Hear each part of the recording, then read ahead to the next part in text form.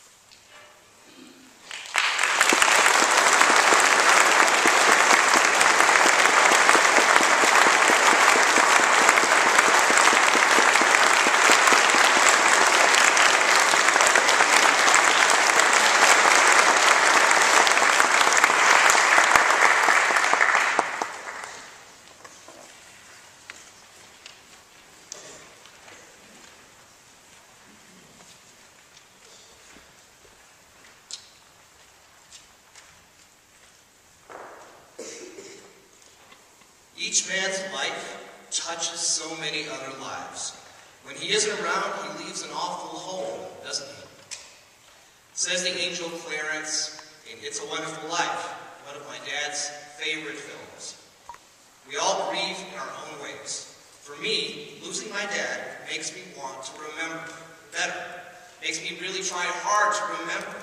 Try somehow to fill the hole that he's left behind, even though I know I can't ever fill that hole. That's what I'll come to accept. But I still need to remember. And so losing my dad makes me want to tell the story of his life. And I can't tell you the whole story, of course, but I pieced some things together from my memory, from the memory of others who loved him and knew him, and then from little bits of a memoir that he began to write towards the end of his life. And we all live our lives in solitude in many ways, moment to moment, and in many ways nobody will know all of the troubles and the joys that we've seen. And some chapters of my dad's life exist only with all of you. Those who love him and others will be lost to time. But in the end, on this earth at least, that is all we can ask for, that our children and grandchildren show startling echoes of us in their eyes or their smile or in their way of speaking, or our friends think of us when they hear a piece of music or eat a favorite meal. And for teachers, we live on in surprising ways through our students. My dad loved teaching. Every day he went to teach was a day he was basically happy, even when the times weren't always so good. The person he was came out in the way that he taught. He was tough, that's true, as anyone who studied with him could tell you. But he had compassion, and he worked hard for the kids who caught on right away, kids and adults too, and for the kids and the adults who didn't catch on right away. They both mattered. He inspired loyalty and respect in his students and in the artists who worked with him.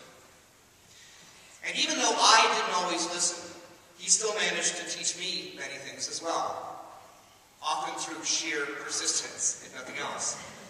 And some of them, like home repair, I never really mastered in the first place, and even if I ever did, I forgot. But he also would say things to me that I realized are pretty profound. Once he said, "You will learn eventually, Rob, that family is the only thing that matters." Or, exercising his very discerning artistic sense, he once said to me in reference to the musical Cats, "One great song does not a musical make."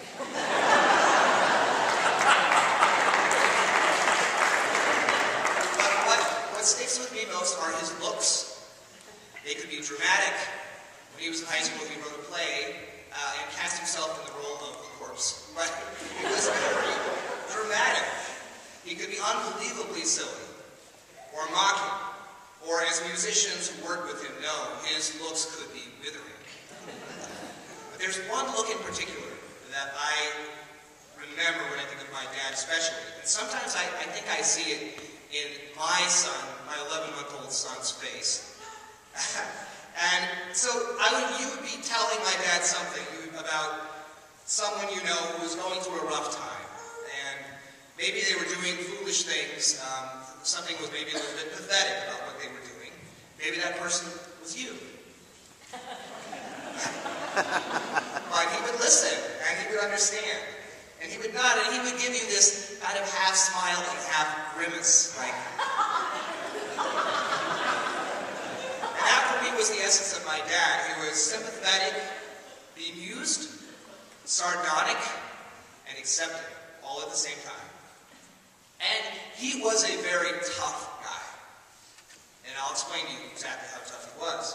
That's one reason why it's so hard to say goodbye to him. He was so tough that those of us who knew and loved him thought he would just keep going on forever. During the snowpocalypse last year, at age 90, he got outside and started shoveling. Last summer, we visited London with him, and I dragged him on the London Underground, up and down those endless staircases, through the train stations, and it must have been a huge ordeal for him, but he didn't complain. And the day before he came down with a stroke that eventually killed him, 2 weeks later, He was out in the yard digging a drainage ditch. Did I tell you that he was tough? He was tough because his early life was so tough. Like a John Steinbeck novel tough. Growing up during the Great Depression in Iowa was not easy. My dad was one of 8 children in a family always on the ragged edge of poverty, struggling to survive through that economic calamity, and for my dad, a life-threatening illness. His father, Elgar Knowles, was a traveling salesman, spending long, punishing days on the road, and it was a hard time to try to sell anything to anybody. When my grandfather's income slowed, the family moved to a smaller house, and then he became ill with Parkinson's disease and could work less and less, and then he was fired from his sales job because he was too old. That's what companies did back then. There was no retirement. There was no Social Security for him at that point. And the family moved again and again. So the kids worked. The older daughters helped care for the younger sons, including my dad. And thanks to the WPA, a New Deal jobs program, my dad as a teenager was paid 10 cents an hour to sweep the high school band room floor. That sounds like a ridiculously low wage, he recently wrote. But many of us had parents who were out of work, couldn't buy us clothes, or contribute anything for our education. And that little bit of money helped us get through that very difficult time. Difficult times indeed. The worst day of his life came when he was a high school senior at age 17.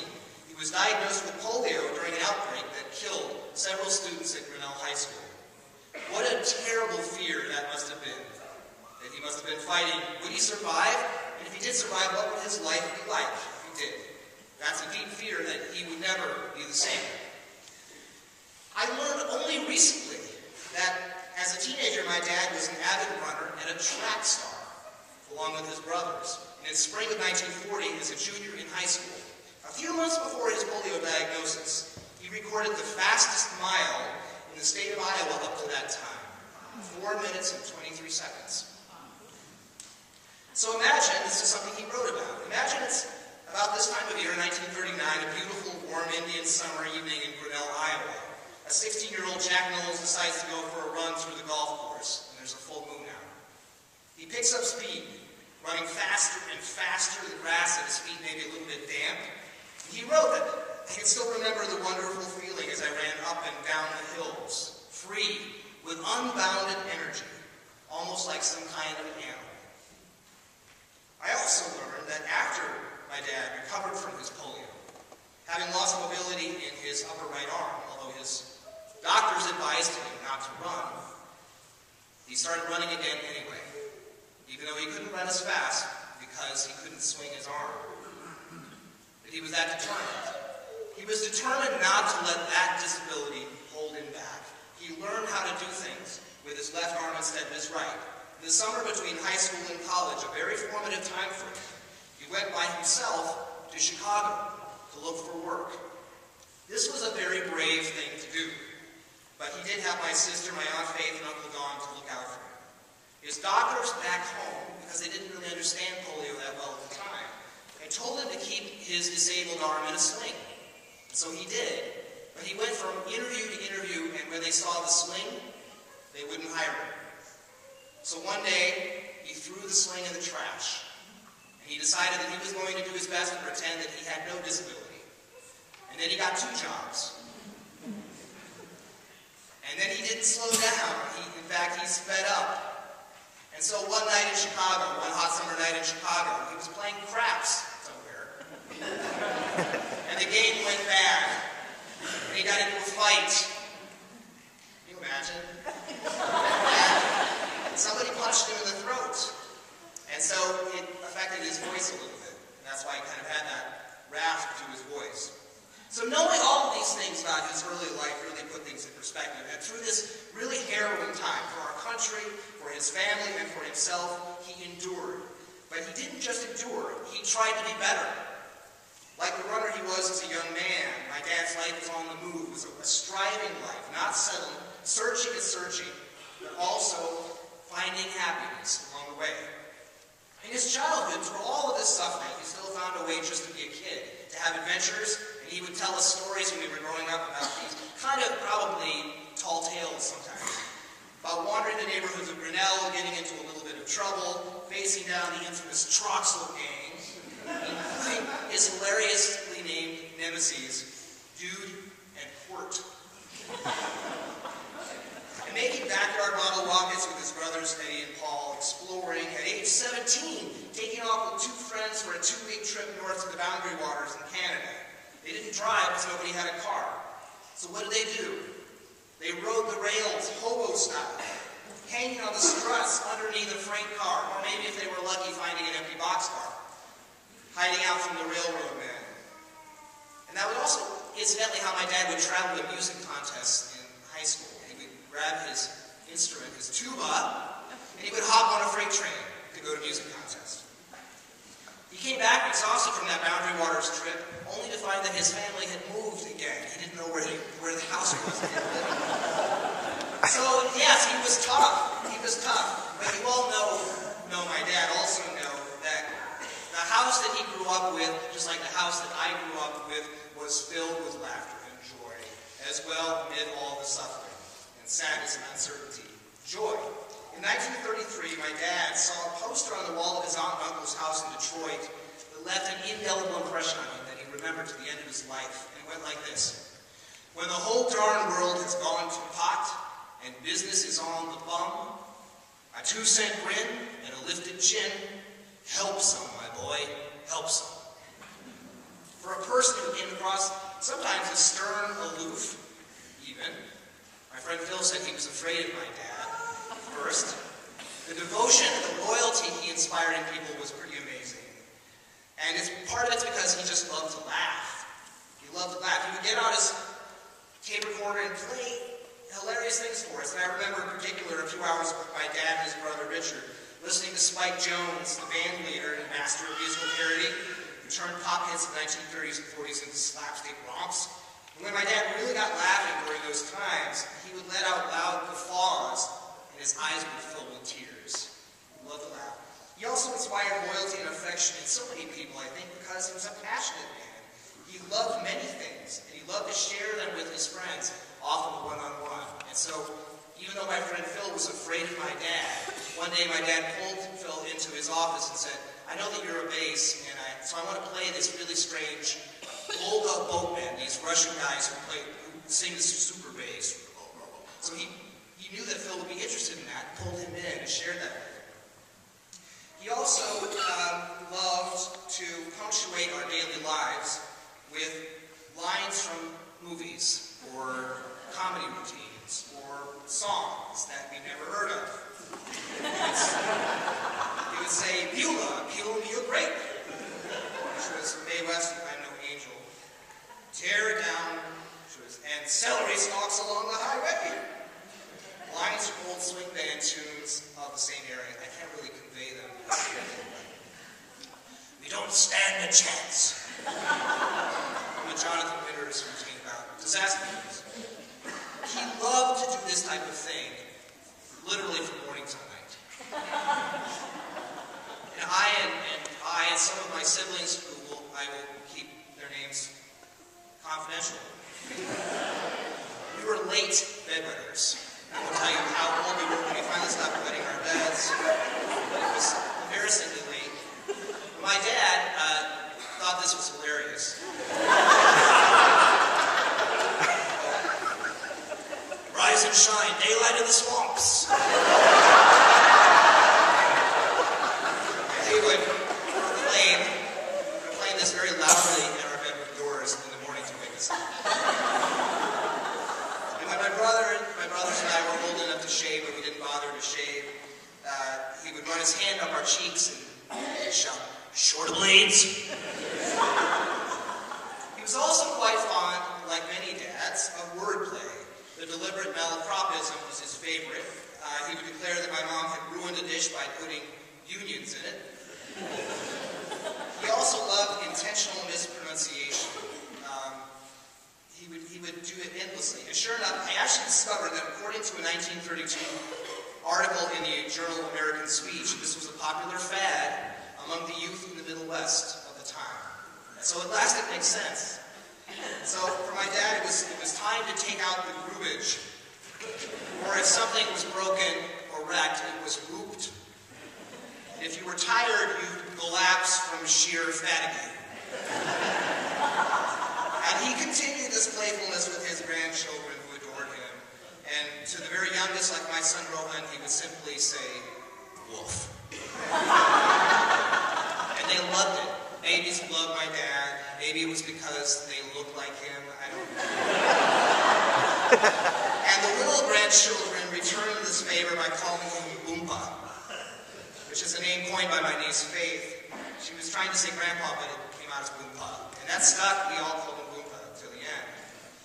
And then next to his love of his family and friends, his greatest love was music. He loved music of all kinds, jazz and swing marches, bagpipe tunes, and on, except for rock and roll. And I'm grateful to my father for hating rock and roll music, because it gave me some way to rebel against it.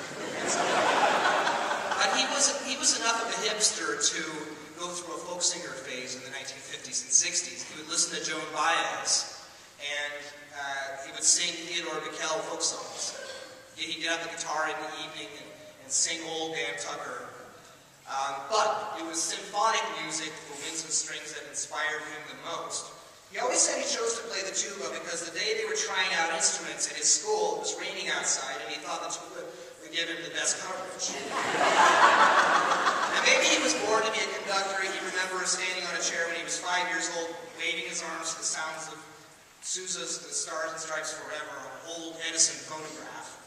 By age 60, at any rate, he owned his first baton, and he spent hours conducting 2 recordings of classical music and band music. But his love of music was more than just a natural affinity. There was a deep connection between his devotion to music and the suffering of his early life. In a speech, after receiving an award from the governor, he said, "In those difficult times, an evening when we could hear a piece of music or see a play would really lift our spirits." And there had been in 1937 an evening he would never forget, down to the last detail. The way that you might recall the first meeting of you and your soulmate. And his first live encounter it was with a professional symphony orchestra. It was that same old WPA, the New Deal program, much mocked for its make work. But my dad always said that program was no joke to us. Not only did it pay him the 10 cents an hour his family desperately needed, it provided money so that unemployed professional musicians, 16,000 men and women, could work. And my dad scraped together 15 cents, which was a lot at the time, to go see one of those WPA ensembles, the Illinois Symphony Orchestra, when it came through Grinnell. And he remembered vividly to the end of his life the conductor, the program, and every single piece of music. He was a passionate man, he was, and a searcher. He had a wandering spirit, my dad did, one that drove him from music teaching job to music teaching job all over the country, sometimes for just 1 year at a time. For his first music teaching job in Oregon, he hitchhiked to the job interview. That's what people did in those days, I guess. Montana, California, Iowa, back to California, on to Australia, back to California. Till one day in 1969, he found the right job in Rapid City, South Dakota, where once again he knew he was in the right place because my Aunt Faith and my Uncle Don were there. But also, the teachers who showed him around during his job interview were the kind of people that he knew he could be good friends with, and he was. And later there was the symphony, which he also loved, and he was finally home. I knew he felt rooted in Rapid City, but he still loved to wander, to travel abroad. In 1975 with his friend Milo Winter, he planned a high school band trip to Europe, a smashing success that would set a pattern for Rapid City music groups to travel abroad. And he loved Scotland, the home of some of his ancestors. He loved Scotland so much that he started playing bagpipes in his 30s. He loved the sound of those pipe bands and the folk songs of the Highlands. He loved to wear the kilt and the rest of that full-blown bagpiper outfit, right down to the dirk, the dagger in the sock, and the scotch. A glass of blended scotch daily, and a single malt for special occasions. The taste of peat and smoke and sherry casks, that he loved. A quick story, final story. It was 1965, and Dad was traveling alone in the Scottish Highlands for the first time. He turned off the highway at a place called Glen Itiv, because he wrote there was something about the name that made me want to see what was there.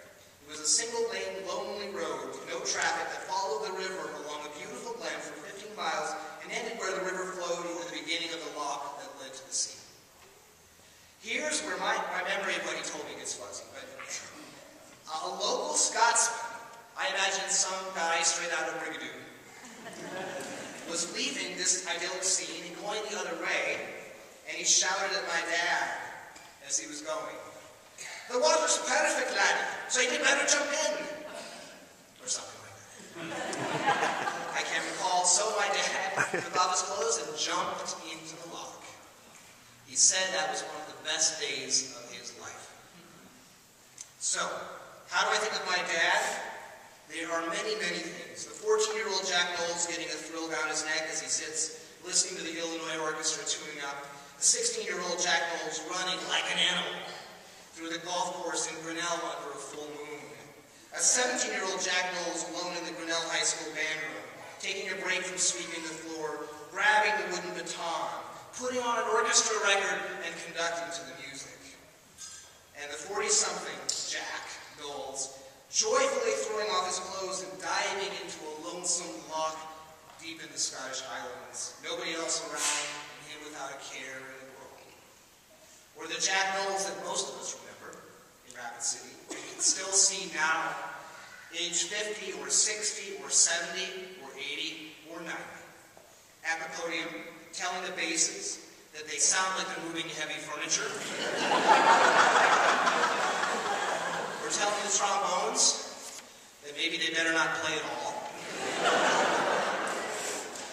Or offering praise, real praise, that when it came from him, you knew that he really meant it.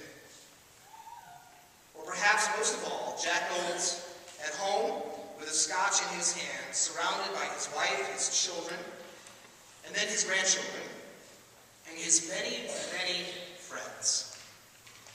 He might be telling you a story about the last symphony concert or the last band trip, about his old adventures in Grinnell or newer ones in Denmark or Russia or Australia, reciting a line from an old movie or singing a little bit of an old Scottish drinking song. And so, my family, my friends, how do you remember Jack Knowles? So, forgive me, I've gone on probably for too long. So now I leave it to you. Remember him fondly. Remember him in your own way. But in honor of my dad, whom we all loved deeply, and whom we will all miss dearly, I offer you, perhaps as a parting word of wisdom, a song by a poet he loved, Robert Burns. It's called A Bottle and an Honest Friend. Here's a bottle and an honest friend. What ye wish for mair? What kens before his life may end? What his share may be o' care, man? Then catch the moments as they fly, and use them as ye ought, man. Believe me, happiness is shy, and comes not high when sought, man.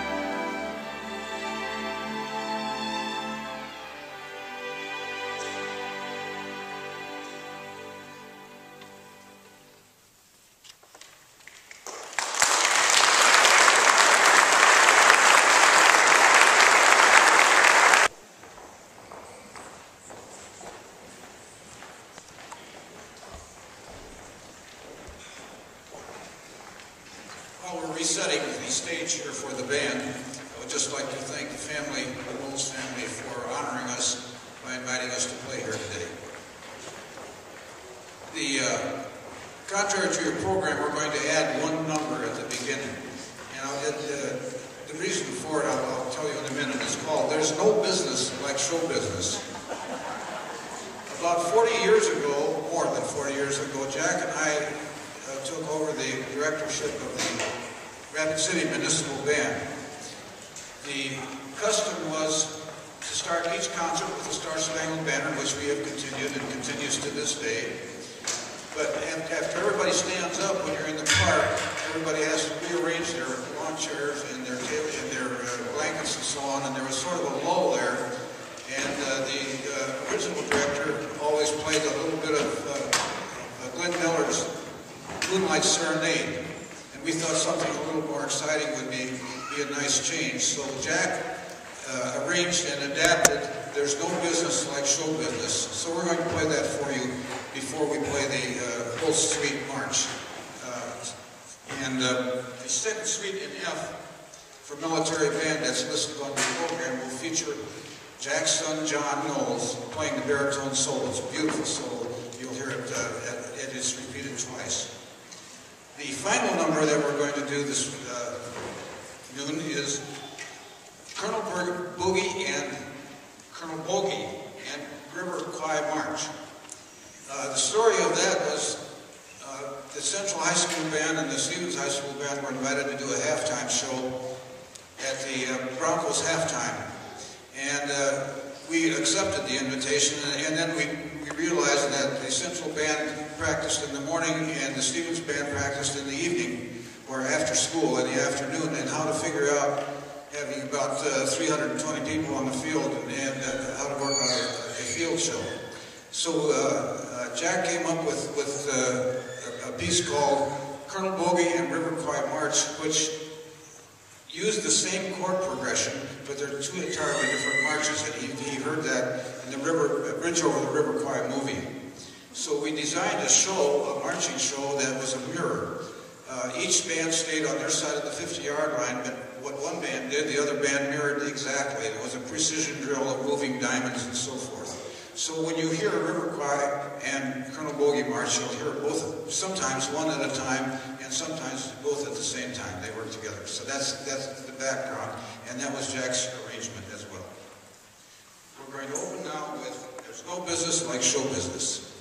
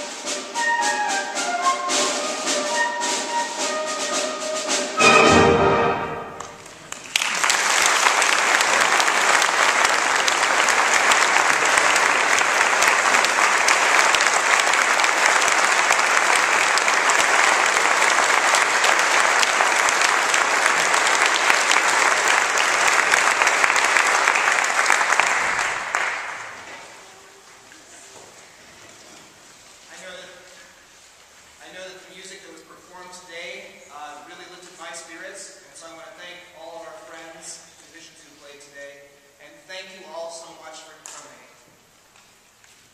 Go in peace.